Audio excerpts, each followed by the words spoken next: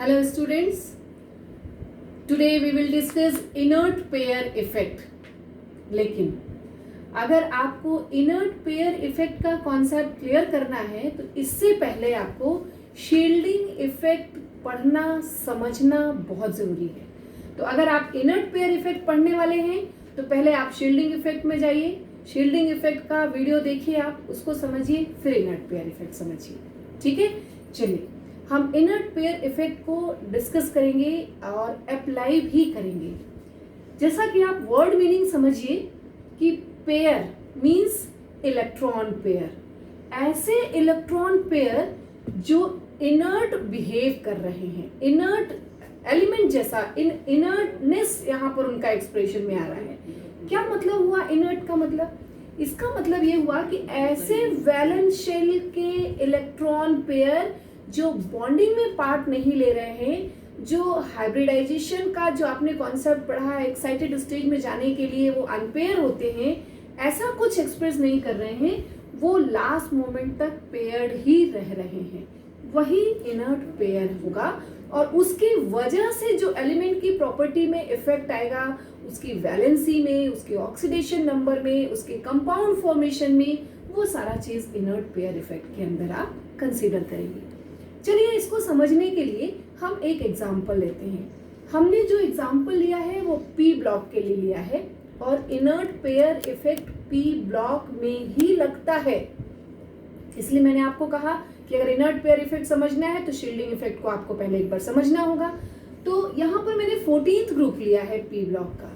क्यों 14th group लिया है? क्योंकि आप 14th ग्रुप से ज्यादा फेमिलियर हैं। ऐसा बिल्कुल नहीं है कि अगर आप 13th ग्रुप लेके समझेंगे तो आपको समझ में नहीं आएगा। आप कोई भी ग्रुप ले सकते हैं, लेकिन यहाँ पर आपको ये क्लियर होना है कि एक कोई भी एग्जाम्पल ग्रुप का ले लीजिए, उस पर अप्लाई कर लीजिए और फिर आप आगे पीछे के ग्रुप्स में उसको अप्लाई करके देख लीजिए। 14th ग्रुप का मैंने इलेक्ट्रॉनिक कॉन्फ़िगरेशन लिखा है 2s2 2p2 कार्बन के लिए, सिलिकॉन के लिए 3s2 3p2 और मैंने नीचे पीबी के लिए लिखा है। अब अगर आप सोच रहे होंगे पीबी का एटॉमिक नंबर याद नहीं है, कॉन्फ़िगरेशन इतनी जल्दी कैसे निकलेगा, अगर हम किसी नए मेंबर को ले लें तो बिल्कुल ईजी है। आप अगर टॉप एलिमेंट को लिख पा रहे हैं तो आप एक एक शेल बढ़ाते जाइए, अकॉर्डिंगली आपको पीबी का मिल जाएगा 6s2 6p2। अब समझिए 6s2 6p2 हमने जनरल इलेक्ट्रॉनिक कॉन्फ़िगरेशन के बेसिस पे तो लिख दिया, लेकिन उसको थोड़ा एक्सपांड करके समझिए आप कि 6s और 6p के बीच में दो और भी ऑर्बिटल है, 4f और 5d। कहाँ से आया? ये आएगा जब आप अफबाउ प्रिंसिपल अप्लाई करेंगे और उसको रिकॉल करेंगे तो इंक्रीजिंग एनर्जी लेवल के हिसाब से 4f पहले कंप्लीट फुलफिल करेंगे, फिर 5d को फुलफिल करेंगे, फिर 6p के इलेक्ट्रॉन को आप दो इलेक्ट्रॉन उसमें डालेंगे। इस तरह से इसका वैलेंस शेल का इलेक्ट्रॉनिक कॉन्फ़िगरेशन आ गया 6s2 6p2।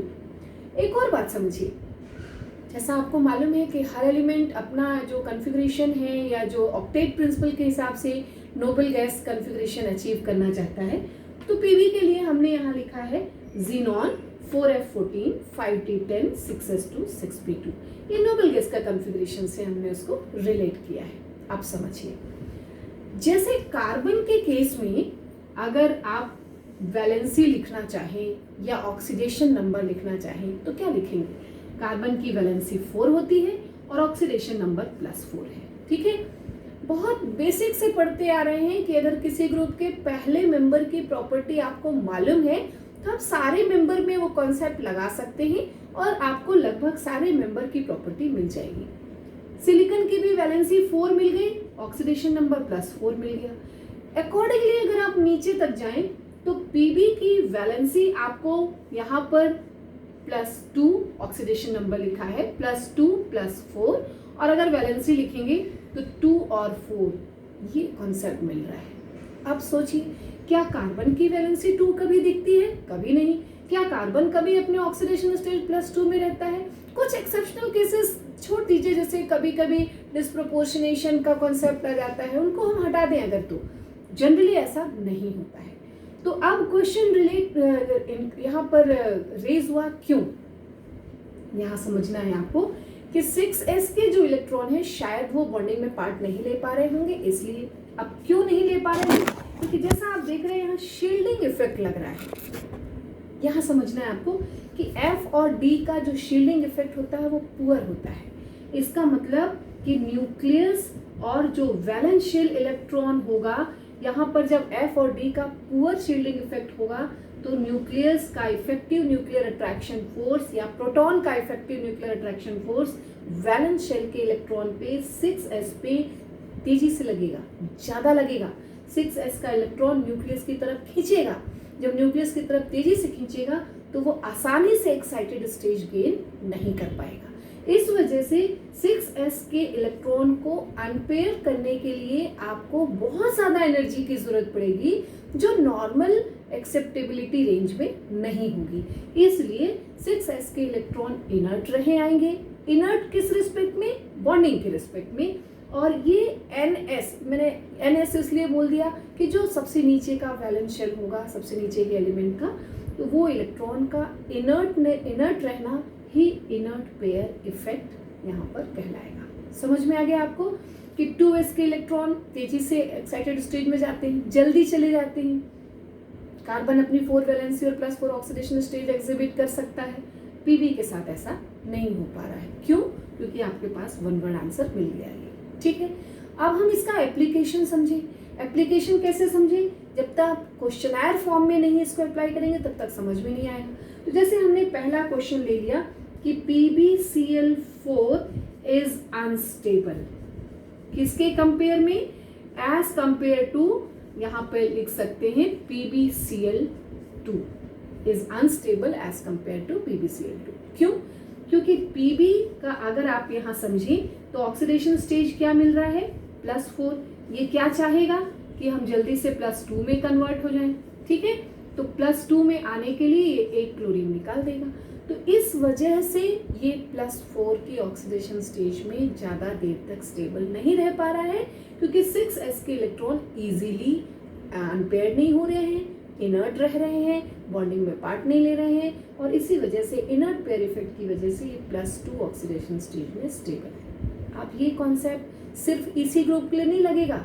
अब आप दूसरा एग्जाम्पल देखिए, हम आपको एक और एग्जाम्पल यहाँ डिस्कस करने जा रहे हैं। 13 ग्रुप से ले लेते हैं। तो पहले 13 ग्रुप के मेंबर को याद कर दीजिए, बोरॉन, एल्यूमिनियम, उसके बाद बोलिए जरा गैलियम, सोचते जाइए, इंडिकम, और आपके पास मिल गया थैलियम। ठीक है, यहाँ देखिए कि ये जो थैलियम का मेंबर है, अगर इसका हैलाइड आप लिखेंगे और एल्यूमिनियम का हैलाइड लिखेंगे तो क्या रिस्पॉन्स मिलेगा? सभी फेमिलियर हैं। Al का हैलाइड AlCl3 और Tl का हैलाइड आप लिखना चाहेंगे TlCl3, लेकिन ये क्या हो जाएगा? गलत। क्यों? इसलिए क्योंकि यहाँ पर जो Tl का हैलाइड मिल रहा है वो TlCl मिल रहा है। तुरंत क्वेश्चन रेज हुआ, क्यों?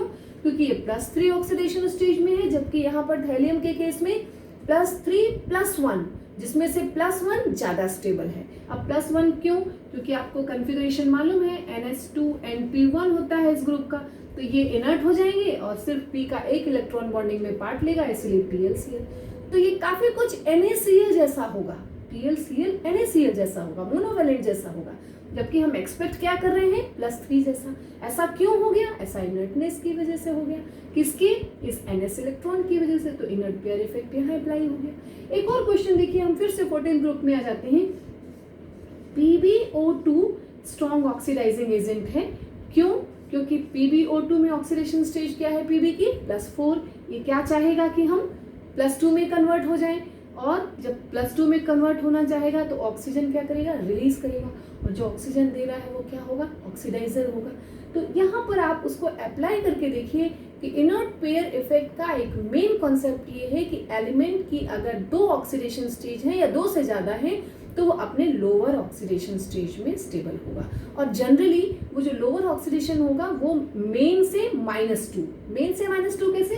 कार्बन का +4 है तो Pb का मेन 4 - 2 क्या हो गया? 2 हो गया।